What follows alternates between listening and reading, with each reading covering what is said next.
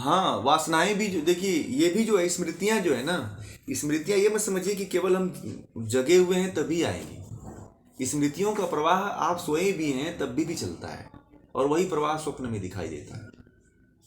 ठीक है। जो स्मृतियां हैं और जो संस्कार हैं, जो वासनाएं हैं, वह दिन हो या रात हो, वो किसी भी समय आती हैं। और जैसे स्वप्न में लोग क्या हो देखते हैं, तमाम तरह तरह की बातें। तो ये पूर्व जन्म की जो स्मृतियां उनके साथ घटित हुई है, आपने कभी सोचा ही नहीं था कि आप ऐसे जगह पहुंच जाते हैं जिसके बारे में आप कभी देखे ही ना हो, कभी परिचित ना हो। न उस स्थान को, स्वप्न में जाइए तो स्वप्न ऐसे ऐसे दिखाई देते हैं कि जहां जिस स्थान को आपने कभी देखा ही नहीं है। दिखाई देता है कि नहीं देखा है आपसे? जहां पे आप रहते हो, जिस जिस बच्चों के साथ रहते हो, जिस पत्नी के साथ रहते हो, उसके संबंध के बारे में आपका कोई संबंध नहीं रहता है। आपका कुछ दूसरा ही क्रिएशन रहता है। आप वहां पे दर्शक बन करके केवल देखते हो कि ये मैं हूं, मेरे साथ ये घटना घटित हो रही है। ये पूर्व जन्म की जो स्मृति, दुख आपने जो झेले हैं, जो आपने जो भी स्मृति विशेष आपके अंदर बन करके बनी हुई है, वही स्वप्न में दिखाई देती है। या फिर आधुनिक समय जिनके पास स्मृतियां जब खत्म हो गई होती है, स्मृतियों का प्रवाह कम हो गया होता है, तो इसी समय की स्मृति का प्रवाह आता है। जैसे मान लीजिए कि आपने अभी अपने एक दोस्त से बात किया कि हमें चलना है जो है मुंबई घूमने के लिए।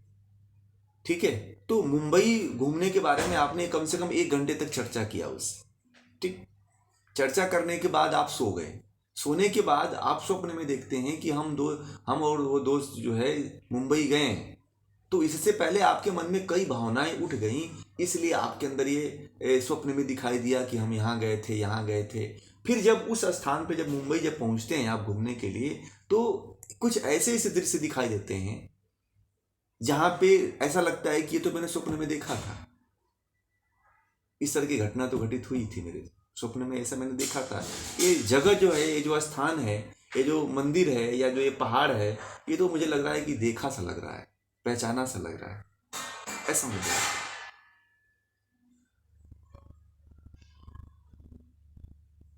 तो ये वासनाएं हैं, स्मृतियां हैं, केवल इसी में नहीं होती हैं, उसमें भी होती हैं, स्वप्न में भी होती हैं। और जब तक कोई जागृत अवस्था में नहीं रोकता है, तब तक स्वप्न अवस्था में नहीं रोक पाएगा। जो जो जागृत अवस्था में रोक लेता है, इन वासनाओं को अवरुद्ध कर लेता है, जो इन निरोध कर लेता है इनका, वह व्यक्ति जो है फिर जो है स्वप्न में भी नहीं आने देता है, इसको रोक लेता है, परमानेंटली रोक लेता है। और देखिए, ये प्रवाह चलते रहेंगे जब तक कि आप मुक्त नहीं होते हैं, जब तक कि आप बुद्धि से जीवात्मा का अलगाव नहीं होता है, तब तक ये प्रवाह अनादि चलता रहेगा। आप ये समझिए, आप देखिएगा, आप 6 घंटे में आप जो है 3 घंटे आप अच्छी तरह से चिर निद्रा में सोते हैं, और 3 घंटे तक पूरा स्वप्न ही चलता है। देखा है आपने? परंतु याद रहते हैं क्या स्वप्न? नहीं याद रहते हैं। आप देखिएगा, आपकी पूरी नींद जो है, जब आप सोते हैं तो उसमें जो है केवल जो है स्वप्न ही दिखाई देते हैं, आधा स्वप्न दिखाई देते हैं, आधा नींद आती है। यानी कि जो आपके संस्कार इतने प्रगाढ़ हैं आपके ऊपर, इतने हावी हैं, और इतनी ज्यादा प्रभाव आपके संस्कारों का है और वासनाओं का है, कि वह वासनाएं और वह संस्कार जो है आपको निद्रा में भी नहीं छोड़ रहा है।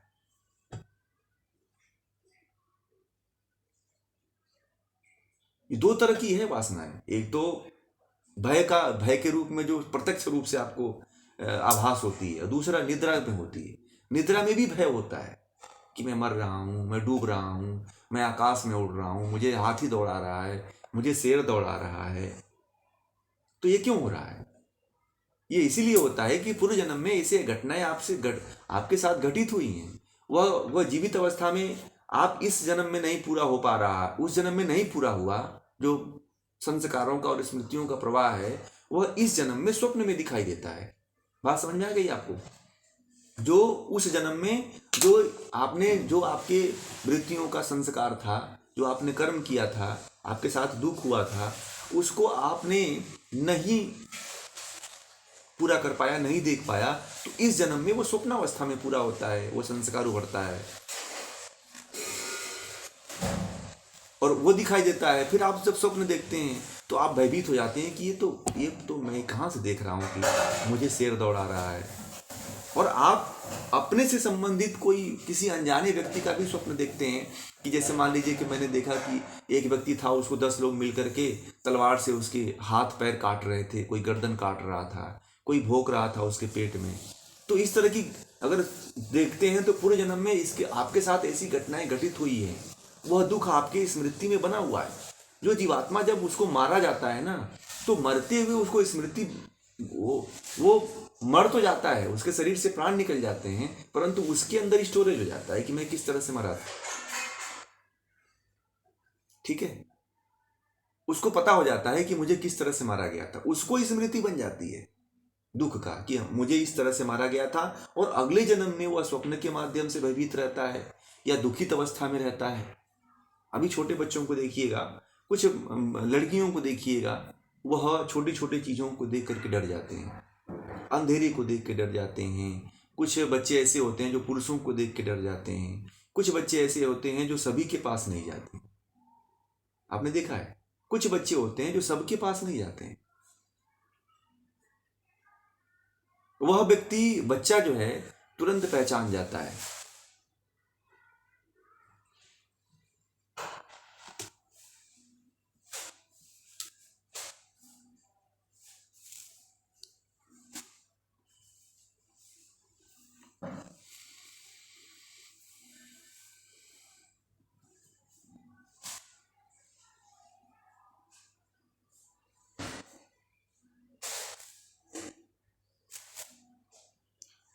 अब उसमें क्या होता है कि जो बच्चा होता है वो तुरंत पहचान जाता है। वो ये पहचान जाता है कि उसके साथ उस तरह के व्यक्ति या उससे संबंधित व्यक्ति ने उसके साथ कुछ, उसके साथ घटना घटित हुई रहती है। इसलिए बच्चा देखिएगा किसी के पास जाकर के चिपक जाता है, किसी के पास जाकर के रोने लगता है, किसी के साथ गले मिल जाता है, किसी को पकड़ लेता है तो छोड़ता तक नहीं है। तो बच्चे भी वह पूर्व जन्म के संस्कारों के कारण, स्मृतियों के कारण जो है, वासनाओं के कारण जो है, पहचान करते हैं बच्चे। और आप और हम भले नहीं पहचान करें, परंतु बच्चे कर लेते हैं, उसकी पहचान तुरंत कर लेते हैं। और तुरंत करके जो है वहां पे रोने लगते हैं या चिल्लाने लगते हैं। और देखिए, इनको ये प्रवाह ऐसे हैं कि आपके हजारों जन्म मनुष्य के हो चुके हैं। उन हजारों जन्मों की जो स्मृतियां आपके ऊपर बनी हुई हैं, वो स्मृतियां जो हैं एक प्रवाह रूप में चलती हैं, कभी आती हैं, कभी बिगड़ जाती हैं। अभी आप जा रहे हो रास्ते में और आपको लगा कि जो है मैं जा रहा हूँ, और एक स्मृति आपके अंदर आई, एक वासना आपके अंदर ही आई। आपने किसी व्यक्ति को देखा, किसी धन को देख लिया, तो आपको तुरंत वहाँ पे आपकी वासना आ गई कि मुझे उठा लूँ, मैं लेके भाग जाऊँ, मैं इस तरह से करूँ, मैं छिपा दूँ। तो ये वासनाओं के कारण हुआ, ये पूर्व जन्म की वासनाएं हैं। तो आपके साथ धन को लेकर के, कभी आपके पास धन रहे होंगे तो आप उसको ले करके, अब जैसे यहाँ से मुंबई से लेकर के आप दिल्ली की यात्रा करते हो, तो धन को छिपा के रखते हो आप, कि धन को छिपा दें, नहीं तो कोई चोर आ जाएगा, वो छीन लेगा मुझसे, मार लेगा। तो आप छिपा करके अपने पास जो भी धन रहता है, एटीएम रहता है, पैसा रहता है, छिपा के रखते हो। क्यों? क्योंकि पूर्व जन्म में आपके साथ ऐसी घटनाएं घटित हुई हैं। वह संस्कार और स्मृति आपको संकेत देता है वहां पे। और देखिए, वासनाएं और जो स्मृतियां हैं, उनका रहना भी जरूरी है। अगर न रहें तो फिर जो है जीवित सामान्य जीवन में अगर आप जीना चाहते हो, तो अगर न रहे तो जीवात्मा के साथ बहुत बड़ी बड़ी घटनाएं घटित हो सकती हैं। जो साधना करता है वह तो रोकता है, परंतु वो जब रोकता है तो ज्ञानपूर्वक रोकता है। परंतु जो अज्ञानी है, उसके अंदर अगर संस्कार हट भी जाए तो वो जीना इस संसार में उसको मुश्किल हो जाएगा, क्योंकि उसको ज्ञान नहीं है। उसको ये नहीं पता है कि वासनाओं को क्यों हटाऊं। ठीक है, अगर जिसको ज्ञान नहीं है वह वासनाओं को हटाने लगे, वासनाओं को रोकने लगे, तो वह व्यक्ति कुछ नहीं कर पाएगा, ना आगे बढ़, वासना के क्षेत्र में, ना साधना के क्षेत्र में बढ़ पाएगा, ना ज्ञान के क्षेत्र में बढ़ जाएगा। एक जगह का स्थिर व्यक्ति हो जाएगा वो। तो जो सामान्य जीवन जीने वाला व्यक्ति है, उसके लिए वासनाएं और स्मृति जरूरी है, क्योंकि वह उसी के सहारे जीता है। जैसे कोई मर गया, जैसे कोई मर गया तो वह अपनी मरी हुई पत्नी की याद में अपने पूरे जीवन को व्यतीत कर देता है। तो ये भी एक वासना और एक स्मृति है। वह वृत्तियों में ही अपने जीवन को पूरी तरह से नष्ट करना चाहता है, वह अपने लिए कुछ नहीं करना चाहता। ये भी एक रोग है।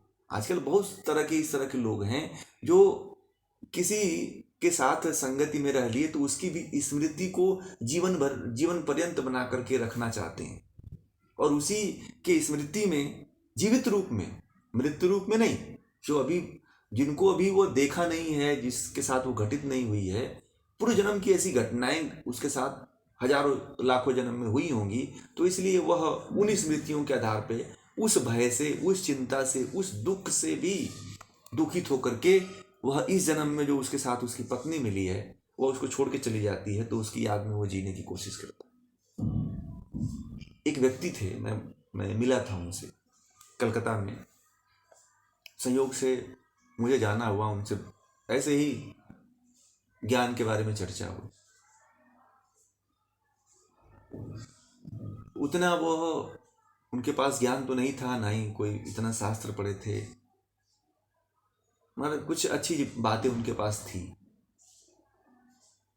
तो अपने पत्नी का फोटो लगा रखी थी। उनकी पत्नी जो है, उनका एक बच्चा था, और उनकी पत्नी जो है जब बच्चा दी तो उस समय जो है बच्चा देते ही कुछ ऐसी घटना घटित हो गई, कुछ कटपीट लग गया होगा, उनकी पत्नी का डेथ हो गया। तो वो क्या करते थे कि वह इतने वासनाओं और संस्कारों से इतने ग्रसित थे कि वह जो है वह उसको जो है पहले फोटो के सामने भोजन रखते थे, खाना खिलाते थे, या उसको सामने रख देते थे, कटोरी में सब कुछ निकाल के रखते थे। मैंने सब देखा हूँ कि वह ये सब क्रिया कर रहे थे, मैं देख रहा हूँ सारी बातें। फिर जो है उस फोटो को वो जो है छोटे छोटे कपड़े बना रखे थे, साड़ियाँ बना रखे थे, तो उसको पूरा उस साड़ियों को डेली बदलते भी थे। बंगाल में घटना है, बंगाली थे, उनकी बात बता रहा हूँ। तो वह जो है पूरा उसको कपड़े पहनाते थे, साड़ियाँ कई तरह की रखे थे, 3 4 5 तरह की, तो उसको फोटो पे वो साड़ियाँ भी उसको पहनाते थे। तो मैंने उनसे पूछा ऐसा क्यों करते हैं? तो बोले कि मैं तो मानता हूँ कि वो मेरे सामने जीवित है और मैं उसको साड़ियाँ पहनाता हूँ, अपने हाथ से उसको खाना भी खिलाता हूँ। तो मैंने कहा कि आपको इससे क्या मिलेगा? बोलते कि बस उसके साथ जी रहे हैं। तो मैंने कहा कि शायद आपने बहुत ज़्यादा कष्ट झेला है, दुख झेला है। बोले कि दुख? तो मैंने कहा कि ऐसा शायद आपके साथ कुछ हुआ होगा पहले। तो उनको ये सब बातें ज़्यादा बात नहीं कर पाए, फिर वो अपना उसी काम में रम गए। फिर मैंने जब वो ज़्यादा बात नहीं कर पाए तो मुझे समझ में आ गया कि फिर ये जो है जिस तरह से है उसी तरह से वो जीना चाहते हैं। फिर मैंने उनको समझाने की भी कोशिश किया, मगर वो समझना नहीं चाहते थे। फिर मैंने वहीं पे अपनी बात को विराम कर दिया और मैं कुछ काम था, मैं फिर वहाँ से प्रस्थान कर गया। तो इसको बताने का मेरा तात्पर्य यही है कि जो व्यक्ति होता है तो वह इस जन्म में उस जन्म में जो नहीं कर पाता है तो उसकी स्मृति बनी रहती है, दुख भाव बना रहता है कि मैं अपने पत्नी के लिए कुछ नहीं कर पाया। इस जन्म में जो मर जाती है तो उस स्मृति के आधार पे वह जो है इस जन्म में कुछ करने की कोशिश करता है। यह भी एक वृत्ति है, और वृत्ति को जो है धर्म से जोड़ देता है व्यक्ति। वृत्ति को जो है व्यक्ति अध्यात्म से जोड़ करके, वृत्ति को जो है, वासना को जो है व्यक्ति अध्यात्म से जोड़ करके जीने की जब कोशिश करता है तो कभी भी इन वृत्तियों से उबर नहीं पाता है, इन वृत्तियों को कभी रोक नहीं पाता है, और हमेशा हमेशा के लिए जो है बुद्धि और जो आत्मा है वह दोनों का एकत्व बना रहता है, और उस व्यक्ति के साथ जीवन पर्यंत यही चलता रहता है। वह बार बार जन्म लेता है तो वही स्मृति, वही संस्कार, वही स्मृति, वही संस्कार, वही स्मृति, वही संस्कार बस चलते रहते हैं। परंतु अगर उसको संगति मिल गई महर्षि पतंजलि जैसे लोगों की, आप जैसे लोगों की तरह वह भी अगर जागरूक हो गया तो फिर वह ये बात को समझ जाएगा कि ये जो इस तरह के मेरे अंदर मूर्खतापन आ रहा है, जो इस तरह की मेरे अंदर जो विचार भावनाएं आ रही हैं, वो कहीं ना कहीं यह क्या है, ये वासनाएं हैं, स्मृतियां हैं। कभी कभी आप देखिएगा कि आपके घर में भी अगर इस तरह के लोग जो है वासनाएं और स्मृतियों के आधार पर कार्य करते हैं तो आपको बुरा लगता है। हर आत्मा को ये बुरा लगता है, क्योंकि आत्मा अंदर से ये कहती है कि ये क्या कर रहा है यार। चाहे किसी की भी आत्मा हो, आप भी क्यों ना स्मृति के आधार पे कोई काम करो, तो वहां पे आपको भी आपकी आत्मा कहती है कि क्यों सोच रहे हो, ये गलत चीज तुम सोच रहे हो। आपने मान लीजिए किसी स्त्री को देखा और आपको देखते ही उसके अंदर, चाहे पुरुष ने स्त्री को, स्त्री ने पुरुष को देखा और देखते ही उसके अंदर मोह का, भोग की भावना उठ गई, तो वह स्मृति की देन है। और अगर वह वासना और स्मृति न मान करके वह जो है ये सोचता है कि तो दुनिया है, ये तो पूरी दुनिया भोग रही है, मैं भी इसके साथ पुरुष और स्त्री दोनों मिलकर भोगेंगे, तो फिर वह इन भोग से वो निकल नहीं पाएगा, क्योंकि ये भोग का संस्कार जो है अनादिकाल से, फिर वह इसमें कोई गलती देखेगा ही नहीं। इसीलिए हमारे ऋषि मुनियों ने इसके प्रति एक बहुत बड़ा फाउंडेशन बनाया। एक जो समाज की व्यवस्था ने ये कहा कि ऐसी सामाजिकता बनाई जाए कि भोगों से व्यक्ति इतना दूर थोड़ा रहे, कम से कम जो हम सामाजिक व्यवस्था ऐसा बनाए कि व्यक्ति पूरी तरह से उन संस्कारों में लिप्त ना होकर के कम से कम संसार से उठने का तो प्रयास करे। ये सामाजिक जो व्यवस्थाएं बनाई गई हैं ना, ये सामाजिक व्यवस्थाएं गलत नहीं है। ये सामाजिक व्यवस्थाएं ही जो है व्यक्ति को कम एक हद तक रोक करके रखती है। अगर न रोके तो व्यक्ति, मनुष्य जो है पशु हो जाएगा, क्योंकि उसके पास इतनी वासनाएं हैं कि वह वासनाओं के कारण जो है सबको भूल जाता है। इसलिए जो है समाज ऋषियों ने यहाँ पे एक सामाजिक व्यवस्था बनाई कि कम से कम इस सामाजिक व्यवस्था में अगर व्यक्ति रहेगा तो जो उसके अंदर पशुत्व का जो वासनाएं जो पशुता की तरफ लेके जा रही हैं, उससे तो कम से कम बच जाएगा। और कुछ लोग जो है इस सामाजिकता को गाली देते हैं। मैं बताऊं आपको, इस ऋषियों की बहुत बड़ी देन है। ये सामाजिकता बनी रहनी चाहिए समाज में, नहीं तो आपकी आत्मिक उन्नति भी नहीं हो सकती है और पूर्व जन्म आपका नया जन्म भी नहीं हो सकता। आपको ये नहीं पता है कि आप क्या कर रहे हो। आप जो भी कर्म कर रहे हो वो बेहोशी में कर रहे हो। और सामाजिकता को तो आपको धन्यवाद देना चाहिए कि मैं पशु नहीं बन पाया, इसने मुझे पशु बनने से रोक लिया। देखिए, आपको ना सामाजिकता को बार बार धन्यवाद देनी चाहिए। सामाजिकता कहती है कि ये कार्य मत करो, तुमको ये कार्य नहीं करना है, ये नहीं करना है, तो इसका कारण कहीं ना कहीं आपकी जो आत्मा की अवनति है उसको रोक रही है। इसलिए कभी सामाजिकता जो है ना आपके लिए बहुत बड़ा काम कर रही है जन्म लेने के बाद। नहीं तो हो सकता था कि इतने जन्मों का प्रवाह आपके अंदर है कि आपकी वासनाओं के कारण जो है आप पशु बन जाते, पशु से भी बदतर हो जाते, मनुष्य जन्म लेकर के भी पशु हो जाते हैं, क्योंकि वासनाएं बहुत प्रबल हैं। इनको रोका नहीं गया, इनके ऊपर लगाम नहीं लगाया गया, तो फिर तो आप कहीं के नहीं रहोगे। आज लोगों को सामाजिकता में न बांधा जाए तो लोग क्या से क्या कर दें, लोग कैसे कैसे नंगे नाचने लग जाए। परंतु धन्य कहिए कि हमारे ऋषि मुनियों ने, हमारे लोगों ने ऐसी सामाजिकता बना करके रखी हुई है कि कम से कम लोग जो है आधा तो बचे रहेंगे। अगर केवल सामाजिकता अगर कोई निर्वहन कर देता है तो चलो ज़्यादा तो वह, उसका जीवन तो बर्बाद नहीं होगा ना, उसका जन्म तो बर्बाद नहीं होगा ना। और इसी सामाजिकता को स्थापित करने के लिए समय समय पे हमारे देश में भगवान श्री कृष्ण जैसे लोग उत्पन्न हुए, भगवान राम जैसे लोग उत्पन्न हुए, भगवान शिव जैसे लोग उत्पन्न हुए, गणेश जैसे लोग उत्पन्न हुए, माता पार्वती जैसे लोग उत्पन्न हुए, विष्णु जैसे लोग उत्पन्न हुए, ब्रह्मा जैसे लोग उत्पन्न हुए, और सृष्टि में जो है सामाजिकता मतलब धर्म की स्थापना की। इस धर्म के कारण जो है व्यक्ति आंतरिक रूप से नहीं सबल है तो कम से कम बाह्य रूप से तो उसे सामाजिकता बचा ले। और इस सामाजिकता की बहुत बड़ी देन है, इस धर्म का बहुत बड़ा देन है कि हम जो है बाह्य रूप से बचे हुए, आंतरिक रूप से तो महर्षि पतंजलि जैसे लोग पहुंचाएंगे। आंतरिक रूप से तो आप जैसे लोग जो जागरूक हैं वही लोग पढ़ करके पहुंच सकते हैं, परंतु वो तो बहुत दूर की बात है। महर्षि पतंजलि तो बहुत दूरी बन जाती है, परंतु आदमी क्या है कि जो अभी धर्म की व्यवस्था है, जो सामाजिक की व्यवस्था है, उसको ही पालन नहीं करता है, क्योंकि इससे समाज का कोई भला नहीं होने वाला है, आपका भला होने वाला है सामाजिकता से। इसलिए जो समाज में व्यवस्थाएं बनाई जाती हैं कि आपको इस तरह से रहना चाहिए, इस तरह से उठना चाहिए, इस तरह से बोलना चाहिए, इस तरह से व्यवहार करना चाहिए, हर व्यक्ति के प्रति कैसा कर्तव्य रखना चाहिए, ये सामाजिकता हमें सिखाती है कि कम से कम जो है हमारे हमसे पाप होगा, कम से कम हमारे वासनाएं उभरेंगी। देखिए, व्यक्ति कितना भी बड़ा हो जाए, सामाजिकता के कारण व्यक्ति अपनी हदें नहीं पार करता।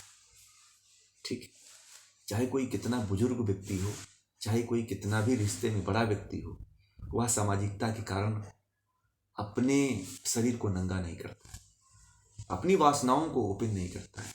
और बहुत से लोग तो ऐसे हैं जो सामाजिकता के कारण जो है उनके अंदर की वासना जो है दबी की दबी रह जाती है, और जो नहीं वासनाओं को दबा पाते हैं वह ऐसे गर्त में गिरते हैं जो आप समाज में देख रहे हो। इसलिए सामाजिकता होना बहुत जरूरी है।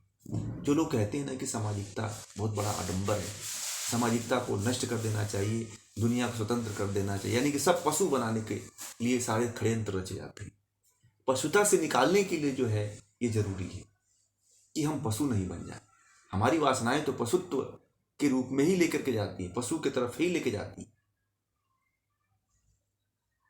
बहुत ही मार्मिक विषय है, इसको समझने की जो जरूरत है। जो महर्षि पतंजलि को नहीं सुन पाया, जो महर्षि पतंजलि को नहीं समझ पाया, वह व्यक्ति कभी भी नहीं समझ पाएगा सामाजिकता और आंतरिक मन की स्थिति में। इन वासनाओं को अगर कोई समझ लिया तो समझिए उसने जीवन को धन्य कर लिया, और इससे बहुत कुछ हल हो जाता है। अभी जितने पाद हैं, इसलिए मैं अभी ज़्यादा जल्दी इसको नहीं लेके जा रहा हूँ, एक एक सूत्र को लेके जा रहा हूँ, कि क्योंकि इसमें बहुत गहरी गहरी बातें हैं जो हर व्यक्ति को जानना चाहिए। उसके जीवन से संबंधित है, वो उसके जीवन से जुड़ा हुआ, एक एक कदम पे, एक एक पग पग पे ये सारी चीज़ें घटित होती हैं, जिसकी उसे कोई जानकारी नहीं है, ना ही कोई विद्यालय है जहाँ पे उसको शिक्षा दी गई है, ना ही कोई गुरु है जो इस तरह का ज्ञान देता है, ना ही कोई ऐसा इंस्टीट्यूट है जो इस तरह की बातें बताता है कि आप इस तरह से करना, ना ही कोई मन का मैनेजमेंट बताता है।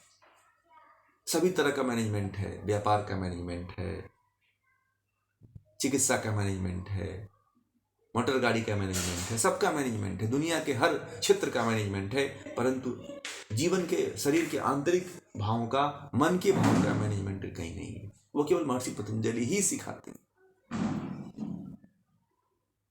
इसलिए आप लोगों का बहुत बड़ा, मैं बार बार कहता हूँ कि जो महर्षि पतंजलि को जो पढ़ रहे हैं, सुन रहे हैं, उनका बड़ा सौभाग्य है। ठीक है, तो बस इतना ही। और आप लोगों का कोई प्रश्न हो तो बताएं, तो फिर इस विषय को समाप्त किया जाएगा। ठीक है ना, समझ में आ गया? हमारी बातें आप लोगों को समझ में आई? ये जीवन को इस तरह से आप लोग जीने का प्रयास करें।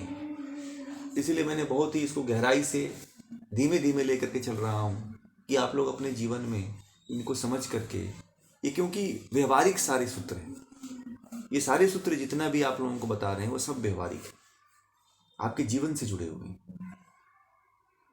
ठीक है, बोलिए।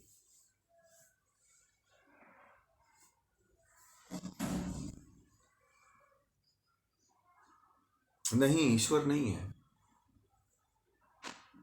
ईश्वर है ही नहीं है। ये आप, मैंने शुरू में ही आप लोगों को बताया था कि ईश्वर अलग है, आप जीवात्मा हो, आप अलग हो, और प्रकृति अलग है। तीन पदार्थ जो हैं वो अनादि हैं, तीनों अलग अलग हैं।